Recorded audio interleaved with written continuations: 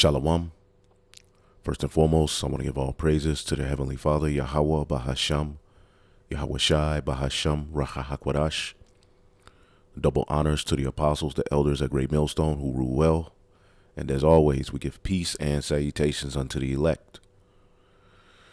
In preparation for what the scriptures call Armageddon, all right, the Valley of the Troops, all right, World War III, all right, over in the Valley of Yahweh Shaphat, Jehoshaphat, all right, when you get the book of Joel, which we'll get, all right, if it's the Lord's will, all right, there's a series of things that will take place that we should be watching out for that are actually happening, okay, and one of those things are what? The drying up of the Euphrates River, all right, which can be found in the scriptures, all right, showing you that the Bible, the Holy Scriptures, is faithful and true, all right, as it is written, all right, even Yahweh Shai, what did he say? Right, because these words are faithful and true, all right. Habakkuk said at the end, all of these visions would speak, all right. So without further ado, I'm going to play this video. I have a few videos that I want to play, or that I'm going to just, try out, because I just typed in, Euphrates River drying up, okay, and, people are asking why. Well, biblical prophecy is why, all right, because the Lord is getting ready to put an end to this beast system, all right. And this is how you know we're at the end. I mean, the charagma is pretty much here. We can see we're one false flag away from that, being a reality of being forced. Okay. You got the uproars of the people. All right. The Israelites, the remnant, which is all we care about. They're awakening, all right, at a rapid rate. Okay. There's so much happening that's letting us know we're right there, all right? Redemption draweth nigh. So I'm going to go ahead and play this. Syria's longest river has receded, parching trees and leaving families of local farmers without water to drink. Aid groups and engineers have warned of a looming humanitarian disaster in northeast Syria. Plummeting water levels at hydroelectric dams have led to power cuts for up to 5 million Syrians since January. This comes in the middle of a pandemic and economic crisis. The Euphrates runs for almost 2,800 kilometers across Turkey, Syria, and Iraq. It irrigates swathes of land in Syria and runs through 3 hydroelectric dams that provide power and drinking water to millions. What did he say? It's happening during a pandemic and hard times already. All right. However, over the past 8 months, the river has contracted and increasing the risk of dam turbines grinding to a halt. Experts say that there is an alarming drop in water levels, which has not been witnessed since the dam's completion in 1999. Since January, the water level has plummeted by 5 meters. It hovers just dozens of centimeters above the so-called dead level. Experts say that power generation has already fallen by 70% since last year across northeast Syria. 2 out of 3 of all portable water stations along the river are pumping less water or have stopped working. Almost 90% of the Euphrates flow comes from Turkey. Syria's Kurds have accused Ankara of holding back more water than necessary in its dams. In June, Damascus urged Turkey to increase the flow immediately. Fresh water supply from the station on another river has been disrupted at least 24 times since 2019. This has affected 400,000, 60,000 people. A UN climate change report released this month found human influence had almost definitely increased the frequency of simultaneous heat waves and droughts worldwide, according to the 2019 Global Crisis Risk. Right, because in some cases, you have particular wells purposely being dried out for the purpose of military All right. Troops being able to cross over. Okay. You have it naturally happening as well, being dried out. All right. But overall, it's the spirit of Yahweh Bashem Yahweh Shai that is having this happen. And we'll go to it in prophecy. See if we can find another decent one. Now, this one was cool as well. Let me play it. But he's speaking on the possibility of there being, some gold associated with it being dried up. But I don't know too much about that. We'll listen to a little bit of it. There is a river called the Euphrates River in Jordan. Rasul ﷺ tells us, you'll find this hadith in Sahih Muslim, by the way, that the Euphrates River will be channeled into a different direction. So where there was water will come dry. There won't be water flowing through there. And as a result, a mountain of gold will be revealed. Rasul ﷺ mentioned gold, literally, ذهب, جبل من ذهب. So lots of gold will be revealed. الناس تقتتل عليه. People of the world will fight each other over this. They'll go into battles over this gold. He said, don't come near the gold, to his ummah, to us. Don't go near it. Now, I don't know how true that is, but that could be a truth that leads to more war. All right, but what you see is that it's the Euphrates is really drying up. Let's try this one out.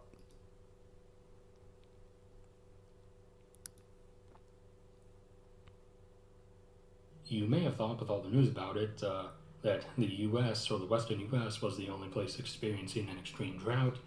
However, you would be wrong. Hello, and welcome back to the podcast once again, everybody. This time, still speaking about drought, but in a different location of the world. Now, you see here, this is one of the end-time prophecies from the Prophet Muhammad. The Quran, okay, is a off copy of the scriptures, man. Okay, it's it's madness. Okay, it's the lesser. The Holy Scriptures prophesied of these things before Muhammad was even on the scene. All right, but that's a whole nother argument for a whole nother time. Okay.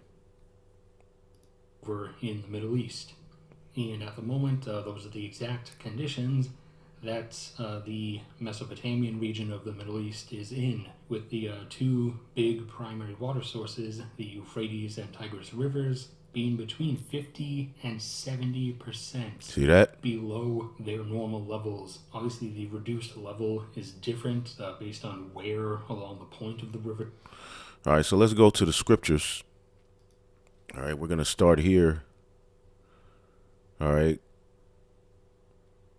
Which is going through a series of plagues, that will be put into the earth, all right, in no particular order. All right, but we're going to just jump to the point here in Revelation 16 and 12. It says, and the sixth angel poured out his vial upon the great river Euphrates, all right, showing you that the angels, all right, have everything to do with what's taking place on the earth, whether it be the mind of the king and what the people, the rulers and the leaders are doing. Okay, he's putting the spirit on various different nations to join forces for the purpose of war and coming against Babylon. Okay, he's putting the evil thought in the mind of Gog and Magog. There's all sorts of things going on. All right, but remember the angels, even us. All right, even us, even this message being preached. It's being preached ultimately. The angels are dictating it through the spirit and power of Yahweh Bashem Yahweh Shai. And that's in Revelation, the 14th chapter. Okay, this message being preached is coming directly from the heavens, man. All right, so there's particular angels with particular duties, because there is order in the heavens. And here's one. And the sixth angel poured out his vial upon the great river Euphrates, and the waters thereof was dried up. All right, let's look up this word dried up. All right, just to see what John the Revelator saw. All right. Dried up, the Greek word. Strong's G 3583, xerino. Xerino. There you go. To make dry, dry up, wither, to become dry, to be dry, to be withered. And that's what's happening, to waste away. It's pining away. It's withering. Okay. So it says, and the sixth angel poured out his vial upon the great river Euphrates, and the water thereof was dried up, that the way of the kings of the east might be prepared. All right. And who is the kings of the east? Ultimately, Gog and Magog. All right. Because they're going to be bringing military troops. All right. In very strategic places. All right. Now, know that Russia pretty much is a guard over Syria. And when you go in prophecy, it's going to be Russia. All right. Whose influence is going to be key.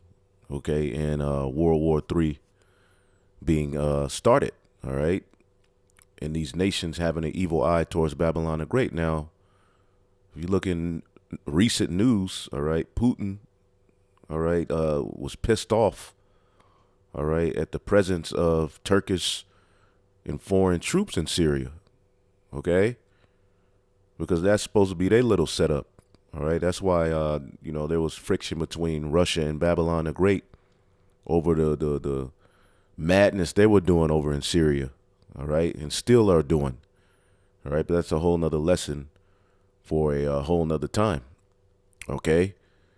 So reading this again, all right, and the sixth angel poured out his vial upon the great river Euphrates, and the water thereof was dried up, as we're seeing, that the way of the kings of the east might be prepared. And that's an ancient custom, okay, of preparing a way for a king, all right? So systematically, some of the water is being dried up for the purpose of military, all right, positioning, all right? But the Heavenly Father is drying it up as well in spirit, all right? Even if it is being done by men, it's the Lord putting the spirit on them to do that. Why? Because there's angels over in that area, okay? When you get the book of Revelation, the 9th chapter, okay,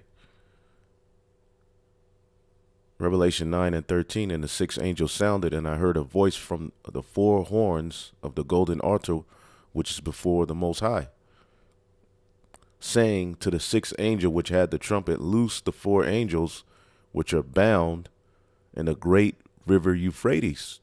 Okay, so there's heavy, okay, angelic activity going on over there, okay, and they're preparing what? War. Because in that region, over in that, over in the Middle East is where the great brawl to end all is going to take place, Armageddon, okay, in the valley of Yahweh Shaphat, okay, and we'll get that. It says, and the four angels were loosed, which were prepared for an hour and a day and a month and a year, okay, we're coming up on that time to slay the third part of men, all right, and who are the third part of men? You have the sons of God, okay, which are the Israelites, the chosen seed, the sons of men, which are the heathen nations. And then you have the sons of the wicked. Okay, that's the third part of men. Okay, and all of this is taking place for their kingdom to be taken down. Okay, to end Esau's world. Okay, so the Lord is going to use war. All right, and it's going to be an alien, what they call alien invasion, angel invasion. Okay, synonymously with all of that going on.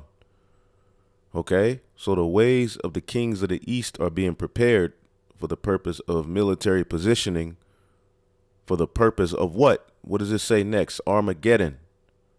Okay, and we'll get the understanding of what Armageddon is. And it says, and I saw three unclean spirits like frogs.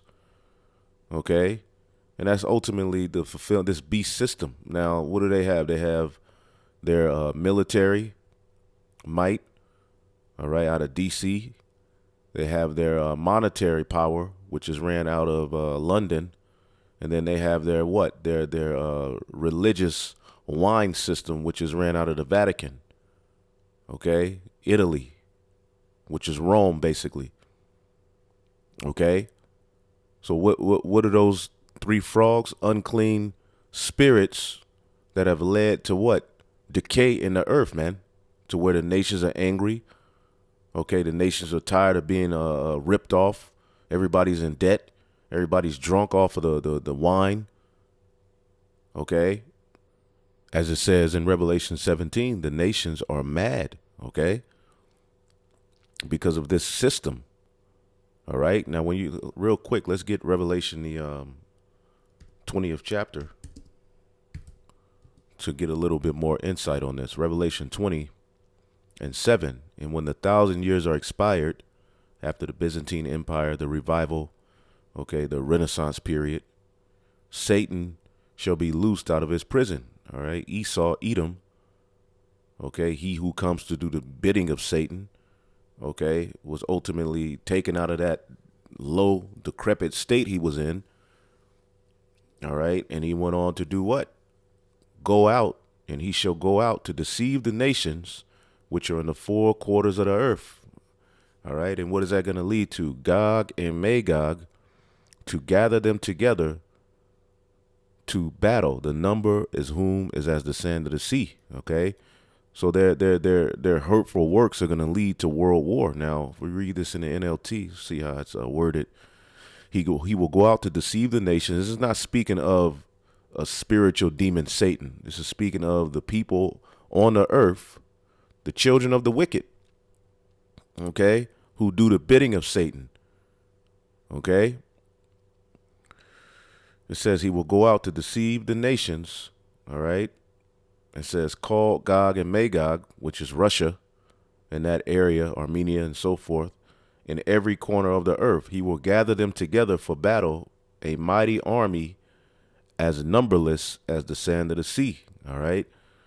Now it mentions Gog and Magog because when you go on prophecy, they're going to be the ones, all right, that are going to, have the mind to gather all of these nations together to come against, all right, this beast system, which is led by Babylon the Great. All right. But, in times past, Babylon the Great had all of its allies on its side. All right. But within the beast system, there's going to be nations operating with Gog and Magog. All right. And all of them are going to turn on Babylon the Great. OK, but let's get this first. Let's read it again. Revelation 16:13. And I saw 3 unclean spirits like frogs come out of the mouth of the dragon and out of the mouth of the beast and out of the mouth of the false prophet. All right. And we told you that's their military system, their financial system, and their religious system. All right. And this gives them a grip on the planet Earth like no other power has ever had. OK, and also controls of the people's minds. OK, it says, for they are the spirits of devils working miracles. OK, they are the spirits of devils working miracles, man. And this is what gives this beast system its power. All right, because ultimately they deal directly through the spiritual demon Satan.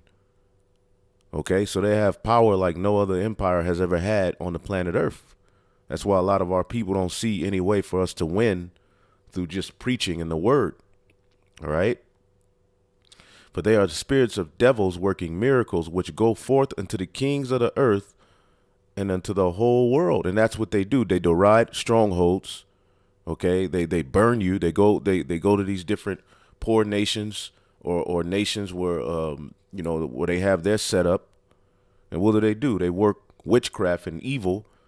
OK, and undermine the leaders, or if the leader there, ultimately, if the king there doesn't want to really take on to their agenda, they'll off him.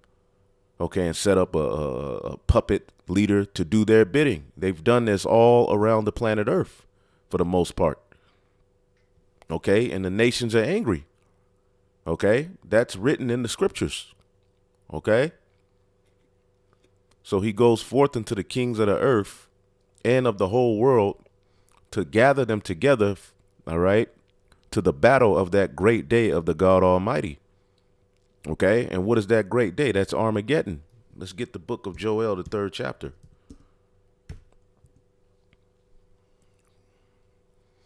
The book of Joel, the 3rd chapter, says the nations will be judged. And it's the wickedness of the children of Satan. Okay, that's going to lead to this. Okay, their ill and evil and unjust ways of ruling and dealing. Okay, As the scriptures say, neither, all right, this man, the soul which is in him is not upright. Okay, neither keepeth he at home. So all of these things link. You see? And the Amalekite is at the forefront of it all. Okay? The so-called Jew.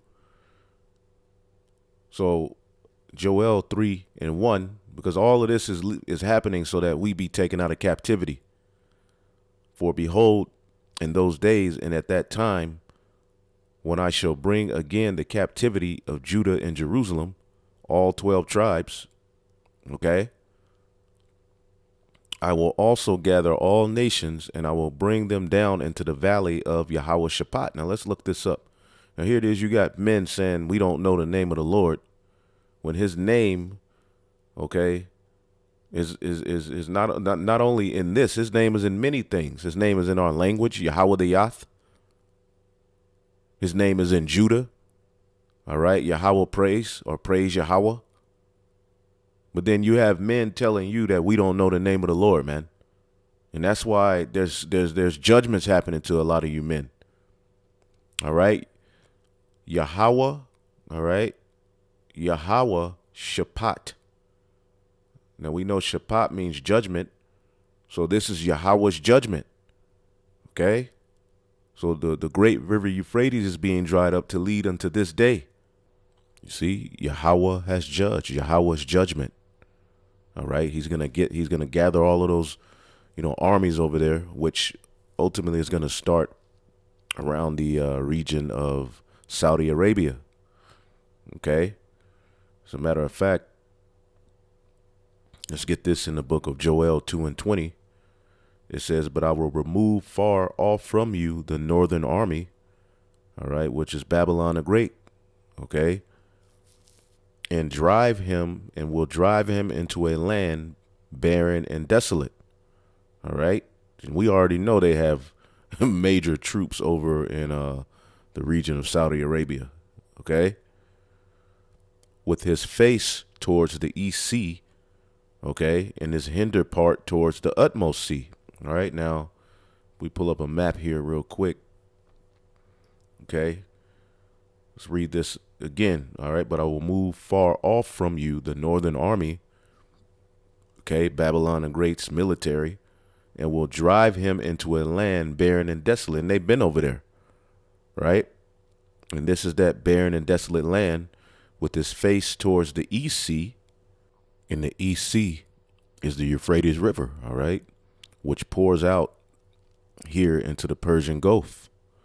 All right, I typed it in. Okay. Does the Euphrates River flow into the Persian Gulf? It says originating in the Armenian highlands of eastern Turkey, the Euphrates River flows through Syria and Iraq to join the Tigris, all right, and the Shat al-Arab, which empties into the Persian Gulf. Okay, and if you look at the map we have pulled up, all right, you can see it right here. Okay, right there. All right, so this is that. What does it say? But I will remove far off from you the northern army, Babylon the Great's military. And what did he do? He put the spirit on them to drive them into a land barren and desolate, Saudi Arabia. All right, we know the history of that, or you can look it up, and they're still over there.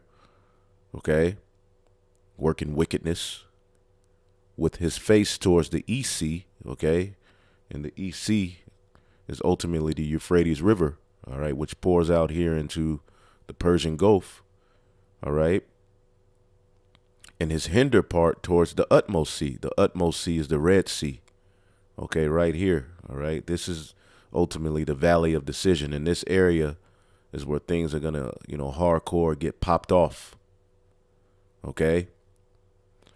And his stink shall come up, and his ill savor shall come up, because he have done great things. All right. The Lord is going to take down you Edomites.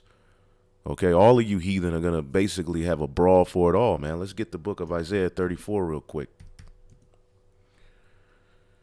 All right. So all of this is happening, for the name of Yahweh Bashim Yahushua to be magnified.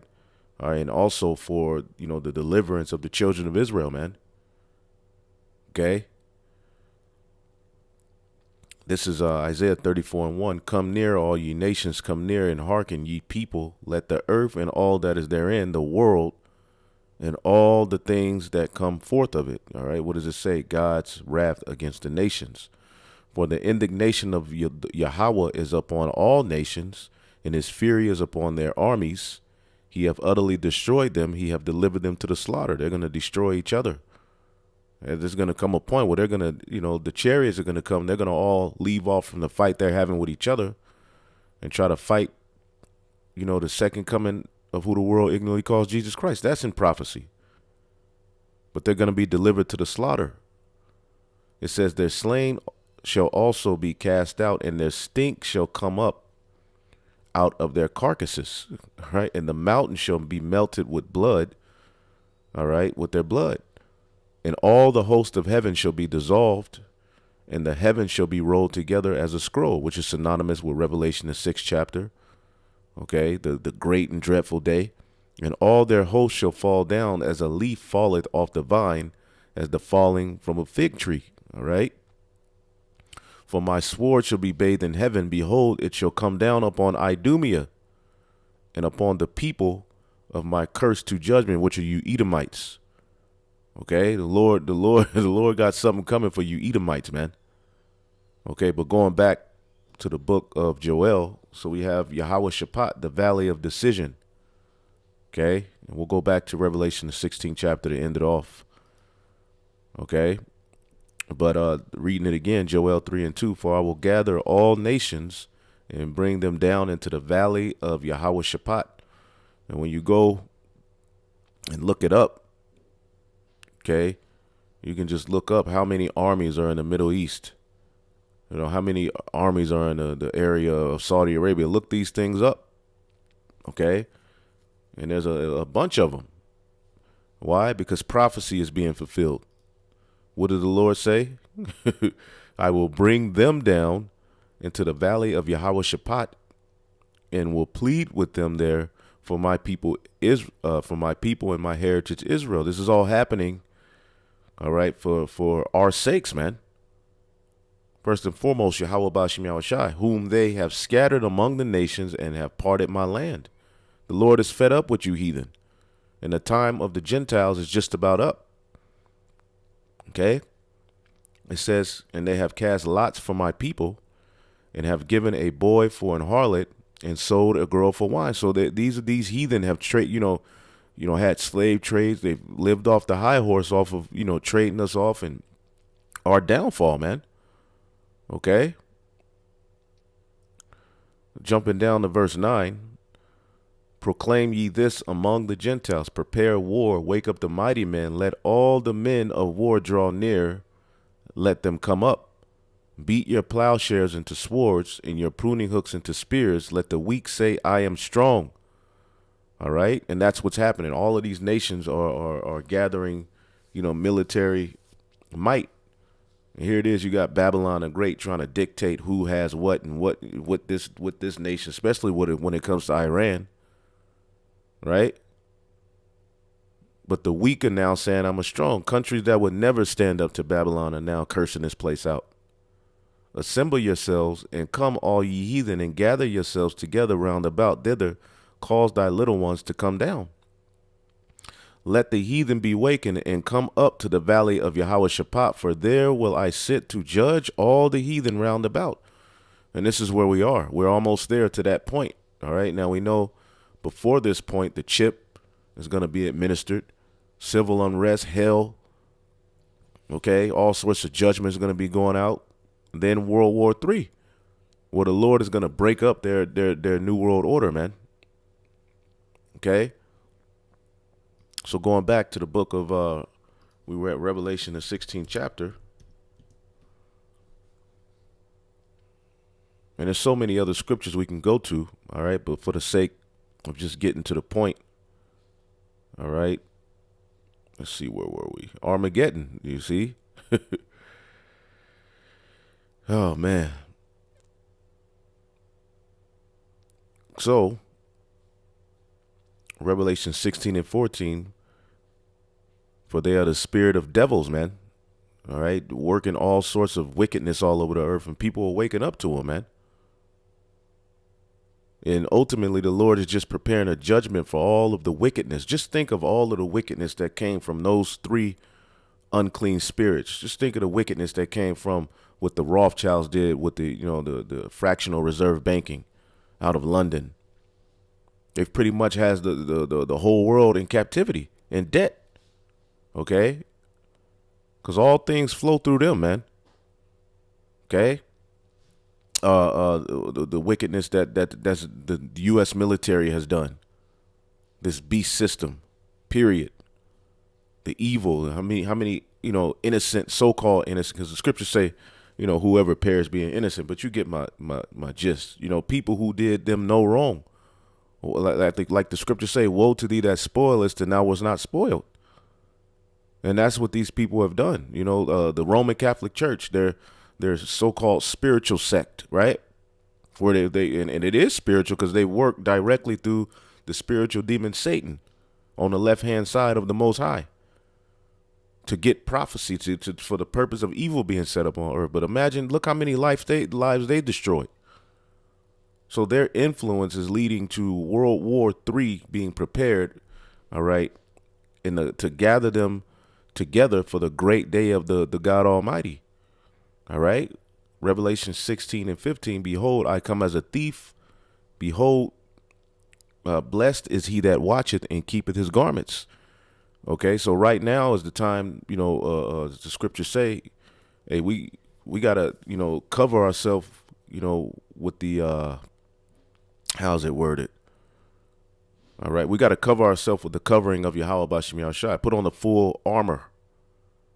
Okay. Lest he walk naked. And you have a lot of men walking naked. And they see his shame. And a lot of you shame is being seen in the form of you getting cut, called out by the prophets. And then ultimately your shame is going to be seen by your judgments. And judgments are happening.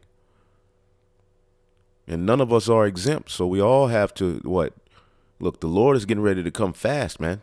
Once these prophecies start to hit, all right, it's going to be like, so we got to be ready in spirit. Blessed is he that watcheth and keepeth his garments, lest he walk naked. Because there's only so much carnal preparation you can do. You can have all of the rice and beans hid and stocked up you want. Okay, the gold and silver. Yeah, you can have that. But then what? Okay, when the system collapses, all right, you may get rounded up away from your food and away from all of these things you gathered. Then what? It's going to be about the spirit in you. Okay, so your garments are synonymous with the spirit you're in. Okay. And he gathered them together into a place called in the Hebrew tongue Armageddon. Okay, let's look up the word Armageddon. Okay.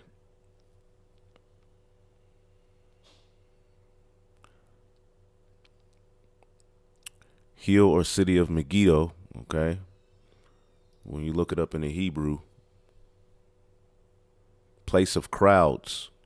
Okay, place of crowds, man.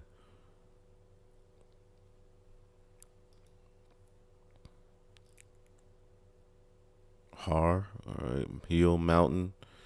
And it's ultimately a place where great judgment is going to take place, man. So the Euphrates River is drying up.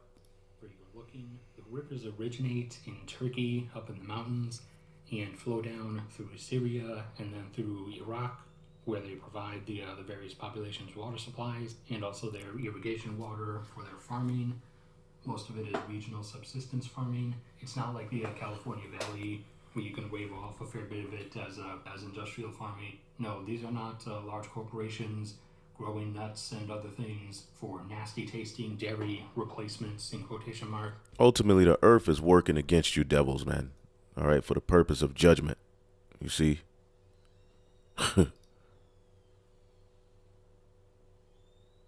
What comes mind when I mention West Asia?